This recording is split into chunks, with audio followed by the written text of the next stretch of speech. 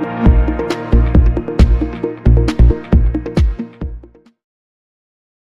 everyone. I'm Allison June Mabe, IIANC Governmental Affairs Program Manager, here with Chief Advocacy Officer Joe Stewart. That's right, Allison June. We're very fortunate today because the legislature took the week off for Memorial Day holiday. There's no legislative activity taking place. We thought this would be a great opportunity to bring on to the Raleigh Report one of our independent insurance agent legislators, State Senator Vicky Sawyer, represents a district that includes Iredell and a part of Mecklenburg County. She has been a great champion on a number of issues that are important to insurance agents, but also has been a strong advocate on some traffic safety initiatives that we've been a part of. State Senator Vicky Sawyer, thanks for joining us today. Thank you for having me as part of the program. Well, I think it's a great starting point. You've served in the Senate now a few terms. What are some of the things you've come to understand and appreciate that the state does to try to make sure that the roads and highways in North Carolina is safe as they can be? Yeah, we definitely listen to all of industry insiders or even from our residents and constituents, and really take those feedback moments and try to make them into policy. I can do that from the General Assembly side, but also the NCDOT and their board can do it from their side. So we try to work together to get the best possible product for all of North Carolina. Senator Sawyer, first, congratulations on being recognized earlier this year as a Sweetheart of Safety by the North Carolina Alliance for Safe Transportation, which is a traffic safety nonprofit organization that launched in 2023. It was definitely well-deserved and a testament to your leadership in this space. From your perspective, what traffic safety initiatives have you been most focused on recently? Well, workplace safety is number one on most of all of our lists. We're hearing that from folks who are driving, but also those who are working on our highways. As chair of the Transportation Committee for the North Carolina State Senate, it's something that comes up a lot because that's what happens when road construction is going on, is people are out there working on our roadways. So we are working on seeing what things that we can do to help better protect those folks. We also looked at the graduated driver's license system for young drivers and how long that should be. We tried to, after COVID, make it a little less cumbersome for kids to get their driver's license. There was a push to go to as low as 6-month waiting period between the time you get your permit to get your driver's license. We came down to a 9-month waiting period. We feel like those type of structures are in place so that we can make sure kids get enough time behind the wheel to make sure that they can be safe when they actually get their driver's license and are out on their own.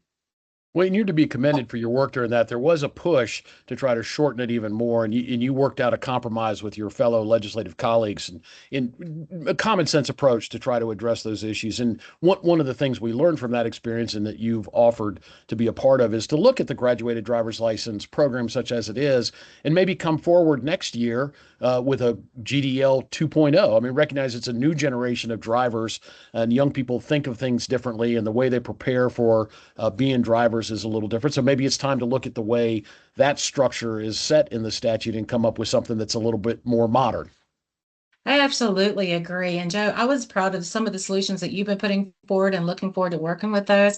Do we need to actually have kids behind a car with a driver's ed teacher, or can we do something where they could have a simulator that would be in the classroom and give them more real world experience? I'm going to take a line from Joe Stewart. And he talked about the one time you want to teach your kid not to drive in rain might be a lot better behind a simulator than it would be actually on a road while it's raining, right? And those kind of common sense approaches are just things that I'm looking forward to modernizing, and especially when it comes to the hours in driving logs for teens with GDL, and that's that period. Oftentimes, and I'm guilty of it too, parents just fill out those logs saying that they actually did it. And when they get to the DMV, it's not really accounted for or held accountable. So we've kind of got this cheat around the system. There should be a better way to track those hours to make sure the kids are actually getting the practice that they need to be safe on the roads.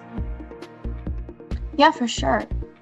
So we're seeing some solid efforts like our traffic safety summits coming up here in September, held in Asheville, Statesville, Raleigh, and Wilmington. That's going to be where state and local leaders come together to better understand transportation safety. We'll also be discussing some research, data, and the tools available to support smarter policy decisions.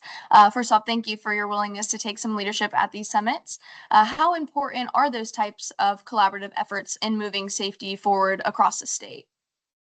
incredibly important because, each one of us brings a different skill set to this conversation, but all of us use the roads uniformly together. So just having one person making a decision in a box is actually really not a good way to make public policy. And because this is the roadways that affect us all, especially me as an insurance agent, and I see the end result of bad decisions on a daily basis with our customers, that we really do need to have that collaborative approach. And I'm very grateful for you guys' leadership in this area so that we can come together and get common sense solutions to protect our roadways.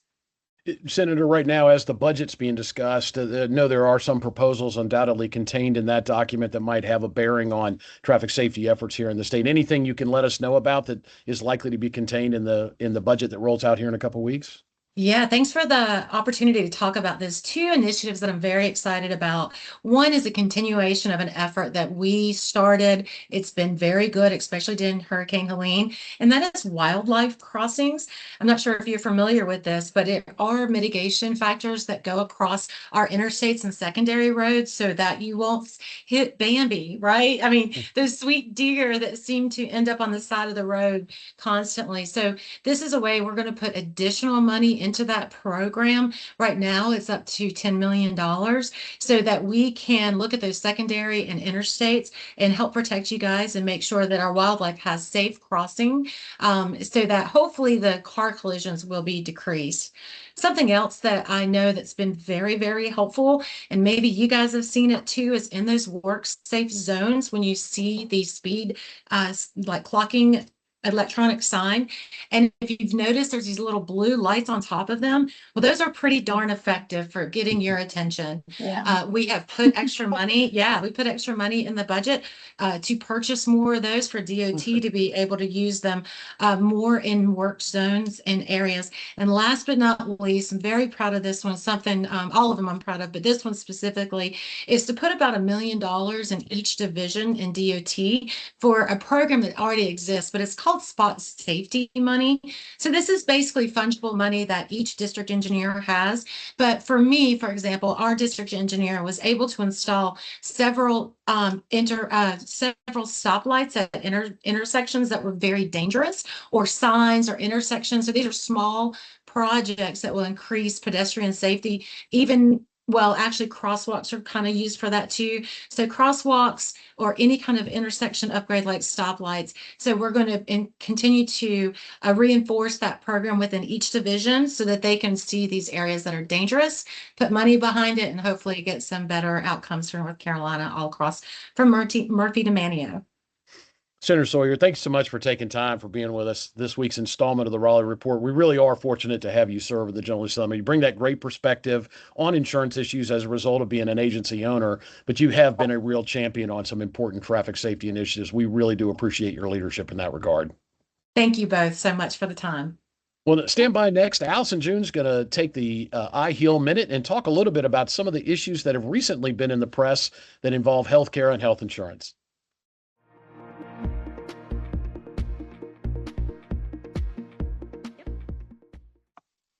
I'm here with Ashley Freedy, who previously was a news reporter in Utah that's now jumped over here to join us in North Carolina. Ashley's been covering legislative health policy and aging for North Carolina Health News. Ashley, you just released a report called Delayed, Denied, Diffused: Families Face an Uphill Battle in Nursing Home Cases. Why don't you tell us a little bit about that? Yeah, thank you for having me. That case the article itself looks at some of the barriers that are unique to North Carolina that families face when maybe pursuing a civil case or some accountability and when harm or a death has occurred in a nursing home. Some of those barriers kind of look at, the malpractice is a really high threshold. Medical malpractices, there's a cap on pain and suffering, and then some unique maybe barriers that were presented during COVID-19 to kind of protect some of these facilities and workers, which are kind of outlined in the article. And then something that is of interest maybe to the audience is, as we're seeing some of these private equity or bigger chain companies take over these facilities, it also makes it harder to achieve that accountability as it's kind of spread through different LLCs or shell companies or entities. All right. Well, thank you for joining us, Ashley, and we'll see you next week. Great, thanks.